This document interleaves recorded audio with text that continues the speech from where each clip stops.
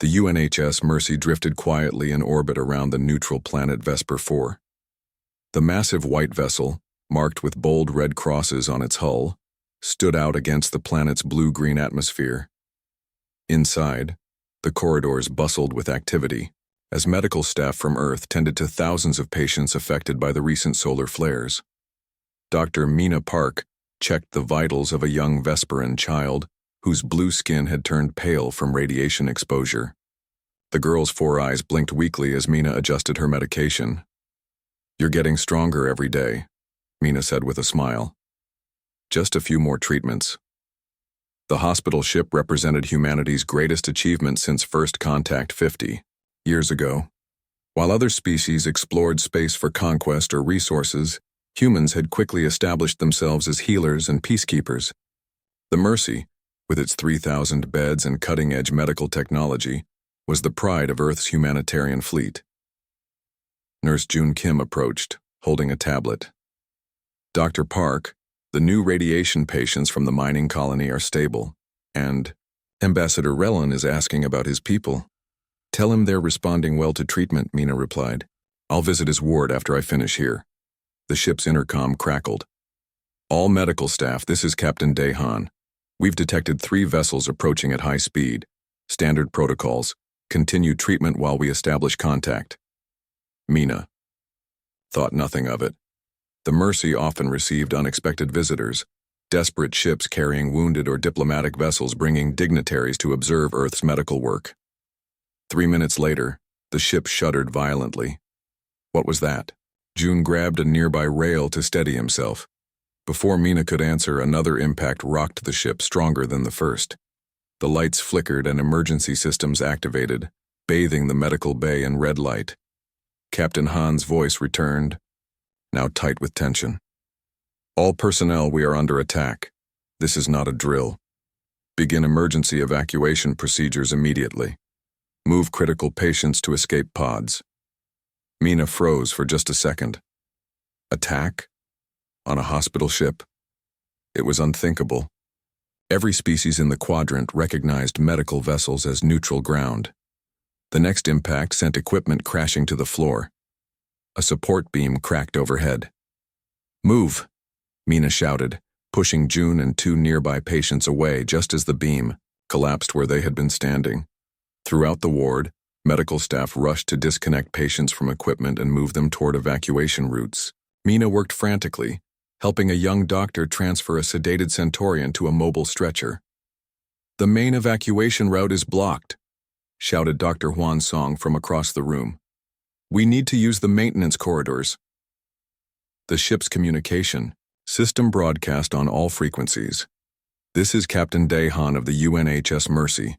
We are an unarmed medical vessel with civilians and patients aboard. Please cease fire immediately." The only response was another deafening explosion that tore through the deck above them.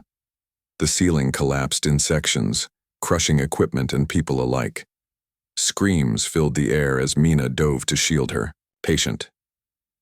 Through the new hole in the ceiling, Mina caught a glimpse of the attackers through the viewport above. Sleek black ships with distinctive red markings. Caraxian military vessels. "Why are they doing this?" cried a nurse, blood streaming from a cut on her forehead. There was no time to wonder. The ship's gravity fluctuated as power systems failed. Mina secured herself to the child's stretcher with a medical strap as they began to float. "Section B7 is depressurizing," warned the automated system, sealing emergency bulkheads. "The children's ward is in B7, June said, horror in his eyes.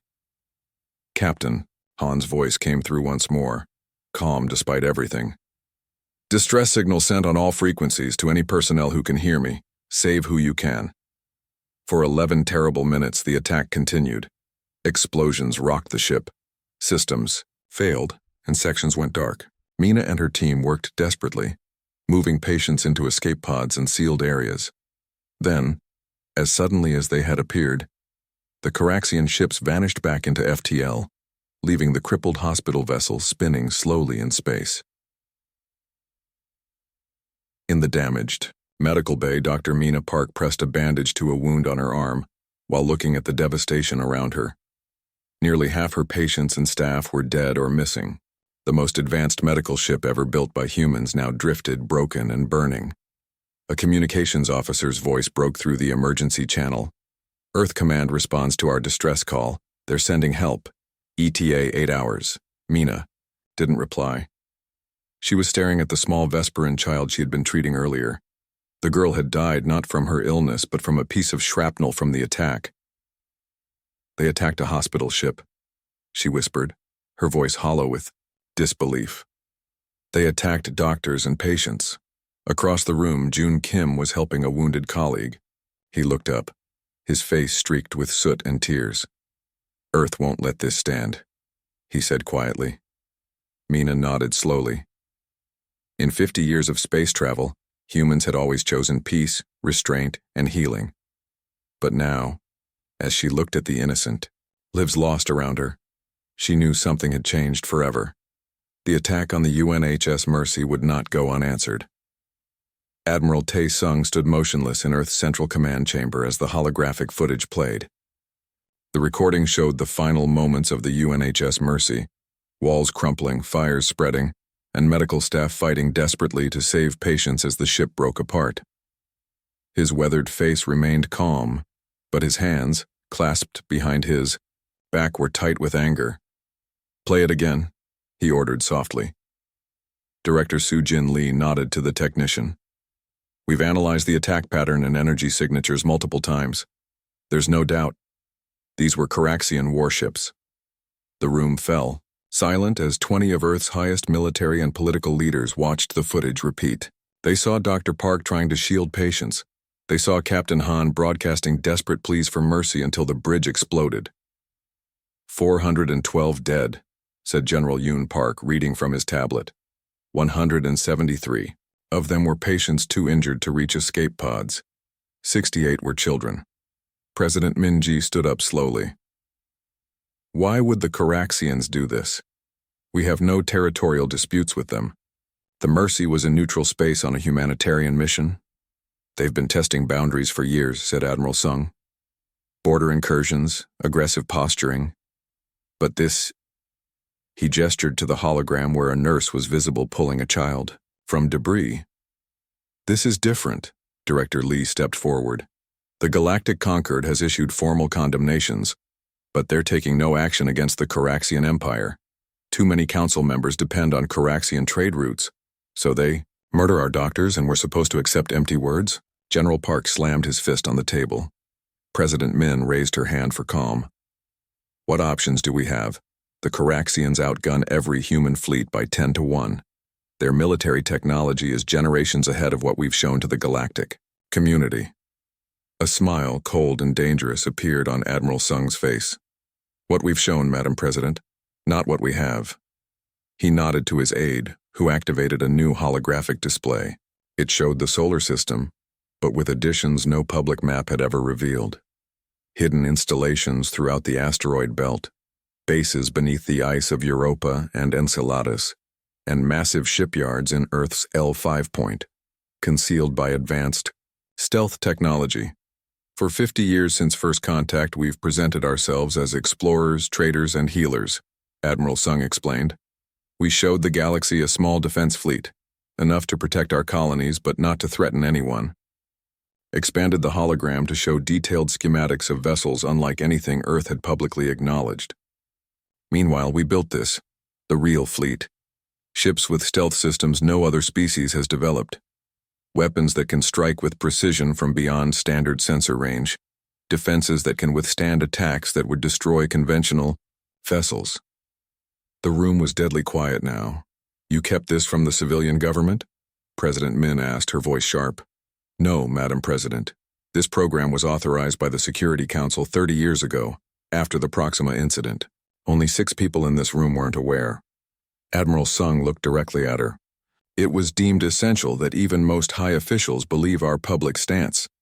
The galaxy has watched us closely since we joined the interstellar community. Our apparent openness was our best disguise." General Park studied the ship designs with wide eyes. "These vessels, they're not just defensive." "No," Admiral Sung agreed. They're designed to end conflicts quickly and decisively if necessary. We built them hoping never to use them. President Min walked slowly around the hologram, examining the hidden fleet. The Caraxians attacked us because they thought we were weak. Because for 50 years, we've chosen restraint and humanitarian work over shows of force. They mistook our choice for inability, said Admiral Sung. They believed we lacked teeth because we chose not to bear them. The president stopped in front of the admiral. And now? Now we show the galaxy why that was a terrible mistake, he replied. The Caraxians didn't just attack our ship. They've fundamentally misunderstood humanity. President Min was quiet for a long moment, looking at the footage of the burning hospital ship that still played in the corner of the room. She thought of Dr. Mina Park, who had survived and was now treating fellow survivors despite her own injuries. The Caraxians believe we won't fight because we prefer peace, she said finally. They need to learn that our preference for peace is precisely why we're so dangerous when provoked. She turned to face the entire council. Activate the fleet. All of it. Admiral Sung nodded once sharply. They attacked a ship of healers thinking we would respond with diplomacy. Instead, they awakened something they cannot comprehend. As the meeting adjourned, Director Lee approached the Admiral privately. The Caraxian Empire has existed for 2,000 years, she said quietly. They've conquered dozens of species. And in all that time, Admiral Sung replied, they never encountered humans until now. That was their first mistake. Attacking our healers was their last. Beneath the ice sheets of Europa, lights flickered on in a facility that officially didn't exist. Commander Jin Ho Kang walked through sliding doors into a vast control center where dozens of officers worked at stations. The wall displayed a map of the solar system with glowing points marking hidden installations, places that for 50 years had remained humanity's best-kept secret. Status report, Jin Ho ordered, his voice calm despite knowing what was coming. All ships reporting. Ready, Commander, said his second-in-command, Yuna Lee. Docking clamps releasing. Stealth systems active across all vessels. Jin Ho nodded. And the Prometheus division? All 20 ships powered up and ready. Weapon systems at full capacity. The lights dimmed briefly as massive power systems beneath their feet surged. On the screens, vessel after vessel appeared. Sleek, dark ships with lines that no alien eye had ever seen. These weren't the bulky, practical ships Earth showed to the galaxy. These were predators, built for speed and deadly precision. Signal from Earth Command, called a communications officer. Admiral Sung is addressing all fleet commanders. The main screen switched to show Admiral Sung's weathered face. Behind him stood President Min and the Earth Security Council. The decision has been made, Admiral Sung said without preamble. For 50 years we've hidden our true strength hoping this day would never come. We've traded, explored, and healed throughout the galaxy, showing only a fraction of our capabilities. His eyes seemed to meet Jin Ho's through the screen. The attack on the UNHS Mercy has changed everything. 300 kilometers from this command center, Dr. Mina Park, one of the few survivors, is treating wounded colleagues despite her own injuries. She exemplifies the best of humanity, compassion, resilience, and dedication to helping others. The Admiral's expression hardened. The Caraxians mistook those qualities for weakness. They believed that because we prefer healing to harm, we are incapable of defending ourselves. Today we correct that misconception. Throughout the solar system, hidden facilities activated. In the asteroid belt, what appeared to be mining operations rotated to reveal weapon systems. Beneath Mars, hangar doors larger than cities slid open. Within Saturn's rings, stealth generators deactivated, revealing a shipyard that had operated in plain sight yet unseen for decades. On the bridge of the EFS Nemesis, Captain Hana Yoon watched, her crew prepare for departure. Unlike the exploratory vessels Earth had always shown to alien species, the Nemesis carried advanced kinetic weapons, quantum targeting systems, and defensive technology that could withstand direct hits that would destroy conventional ships. All systems green, Captain, reported her tactical officer. AI combat systems online and running simulations. Hana nodded. Disengage docking clamps. Activate primary engines. Across the solar system, similar scenes played out as Earth's hidden war fleet prepared for deployment. Ships of classes unknown to alien intelligence services moved into precise formations. Destroyers, carriers, and specialized craft with capabilities the Caraxians couldn't imagine. In Earth's orbit, Dr. Mina Park stood at a viewport in the orbital hospital where she now worked. Her arm was still bandaged from injuries sustained during the attack. Beside her stood June Kim, who had helped her save dozens of patients before the Mercy broke apart. "They're really going to war," June said softly, watching as ships became visible in orbit, dropping their stealth fields momentarily before jumping to FTL. Mina nodded. "I never knew we had ships like that." Almost no one did. "My brother works in military intelligence. He told me once that Earth's public fleet was just for show, but I didn't believe him." Below them, Earth continued its peaceful rotation. Blue oceans and white clouds unchanged despite the momentous events unfolding. "I became a doctor because I wanted to heal," Mina said quietly. "I never wanted anyone to fight for me." June put his hand on her shoulder. "They're not just fighting for you. They're fighting for what you represent. For the idea that we can travel among the stars to heal rather than harm." Admiral Sung's voice came over the general broadcast system. "We came to the stars as healers and explorers. We go to war only because they've left us no choice." In the command center on Europa, Jin Ho Kang gave the final order. "All ships commence jump sequence. Operation Mercy begins now." Throughout known space, monitoring stations of various species suddenly detected hundreds of human vessels appearing from nowhere, a fleet that dwarfed what Earth had previously acknowledged possessing. The vessels moved with precision toward Caraxian space, their purpose clear. Humanity had hidden its teeth for 50 years. Now, provoked beyond endurance, it would show the galaxy why that had been an act of kindness. The Caraxian military outpost on Helios 6 had no warning. One moment, their sensors showed empty space. The next, 5 human warships appeared less than 10,000 kilometers away. The black vessels moved with impossible speed, their hulls absorbing scanning beams rather than reflecting them. Inside the outpost's command center, Base Commander Vextar stared at the screen in disbelief. "Impossible," he hissed. "Humans don't have stealth technology this advanced. Their ships are bulky medical vessels and cargo haulers." "Sir," called his sensor officer, voice shaking, "the human vessels are deploying smaller craft. They're heading toward our defense platforms. Raise shields, power all weapons," Vextar ordered. "And get me the fleet command." Before the communications officer could respond, the outpost shuddered violently. "How did they target our shield generators so quickly?" demanded Vextar. "They've never even fought us before." Outside, Colonel Hana Yoon sat in her command dropship, watching her tactical display as human forces spread across the Caraxian outpost with perfect coordination. "Strike teams Alpha and Beta, focus on weapons emplacements," she ordered calmly. "Gamma, team, disable their long-range communications. All units, remember, weapons free only on military targets. I want 0 civilian casualties." The Marine teams moved with practiced efficiency, using technology the Caraxians had never encountered. Their armor deflected Caraxian energy weapons, while their own weapons fired projectiles that traveled at near light speed, too fast for Caraxian shields to stop. "Colonel," called her second-in-command, "we've captured their command center. Base Commander Vextar is asking to surrender." Hana nodded. "Accept it. Tell him all military personnel are now prisoners under Earth's rules of engagement. Civilian staff may leave freely."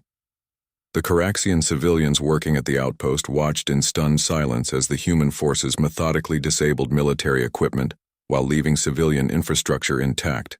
They had heard stories of humans, peaceful explorers and healers with primitive weapons. These disciplined warriors moving with cold precision matched nothing in those stories. In the medical section of Hana's command ship, a young Caraxian engineer waited nervously as human doctors treated wounded from both sides. She flinched when Colonel Yoon entered the room. "You're being released with the other civilians," Hana told her. "Before you go, I want you to deliver a message to your government." What message? The engineer asked. Tell them we're coming. Not for your civilians, not for your worlds, but for those who ordered the attack on our hospital ship. Tell them that for 50 years we chose peace, not because we couldn't fight, but because we didn't want to. They've taken that choice from us. Across Caraxian space, similar scenes played out as Earth's hidden fleet struck with surgical precision. At Station Nexus 7, a major military hub, Caraxian defenders found their communications jammed by technology they couldn't counter. There, automated defense systems fired at empty space while human vessels approached from impossible angles. In the Caraxian High Command, Supreme Commander Lorth received increasingly desperate reports. They're not supposed to have this technology, he growled, smashing his fist on the table. Intelligence assured us they were a minor power with no significant military capability. His aide trembled. We've lost contact with 30% of our outer defense network. Their stealth technology makes our early warning systems useless. And sir, they're not attacking civilian targets at all, just military installations. That makes no sense, Lorth muttered. How do they expect to force our surrender without threatening our people? On the bridge of the EFS Nemesis, Captain Hana Yoon received new targeting data as her ship approached another Caraxian military base. The Caraxians are adapting, her tactical officer warned. They're reconfiguring their sensors based on what they've learned from previous encounters. Hana nodded. As expected, deploy countermeasures package 2. Human vessels immediately changed their approach vectors and emissions patterns, rendering the Caraxian adaptations useless. This dance repeated throughout the conflict.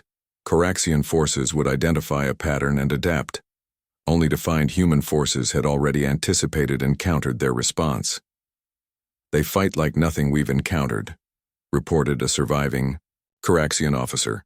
They adapt mid-battle. Every time we adjust, they're already 3 steps ahead. The human approach shocked watching alien species.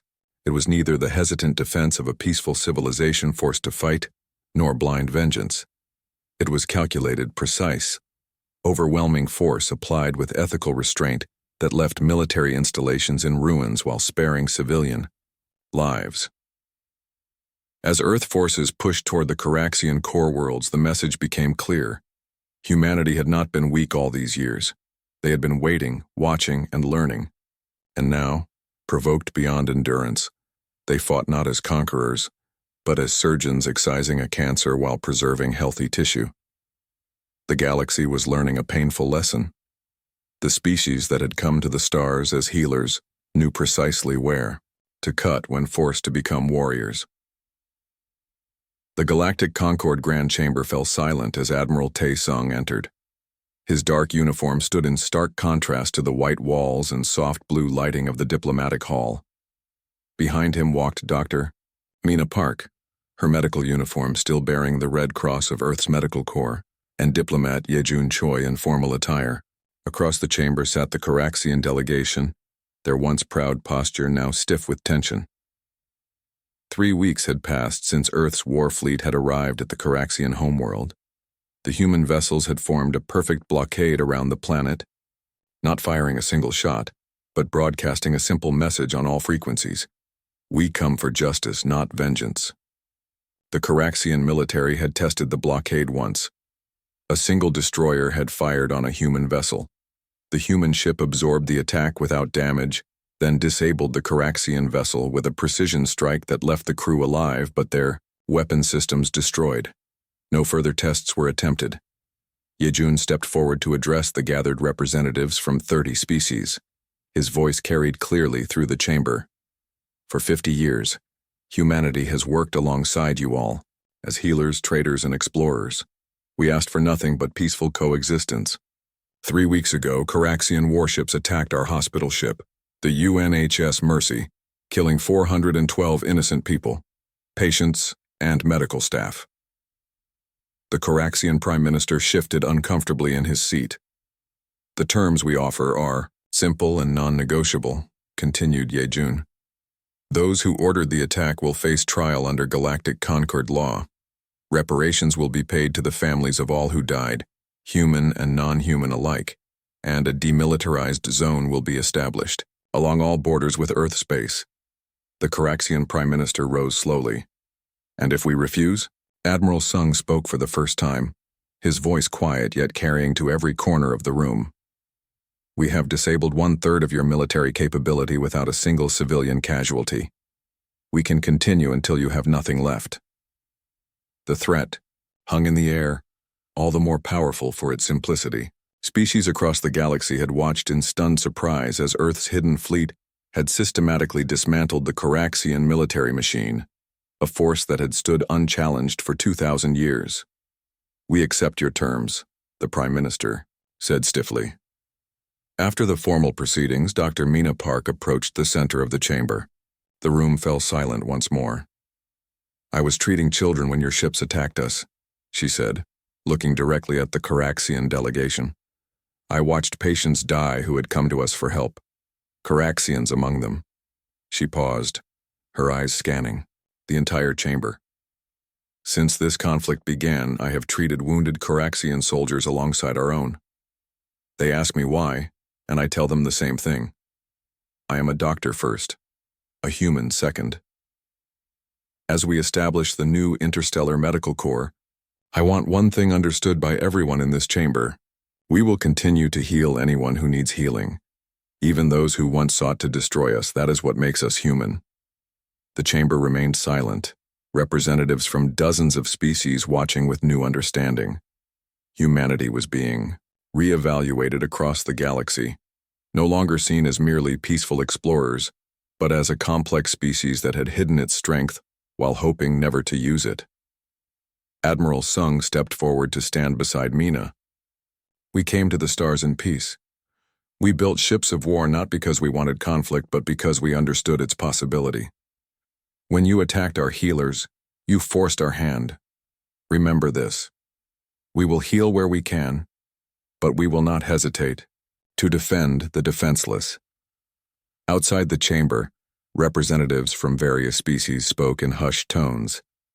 They hid an entire war fleet for 50 years, whispered a Centaurian diplomat, while showing us only hospital ships and science vessels. Not just hid them, replied his Vesperan colleague. Built them while convincing us they had no interest in military power. The perfect deception. Not deception, corrected a Taurian. Elder. Preparation. They hoped never to reveal those ships. They chose peace every day for 50 years until someone mistook that choice for weakness. A week later, a memorial station began construction in orbit around the site where the Mercy was destroyed. It would bear the names of those lost and serve, as both remembrance and warning of humanity's compassion and the terrible consequence of mistaking restraint for weakness. As Dr. Mina Park looked out the viewport of her new hospital ship at the stars beyond, she thought about the past and future. Humans had revealed themselves fully to the galaxy now, not just as healers and explorers, but as warriors when necessary. The galaxy would never see them the same way again, and perhaps that was for the best.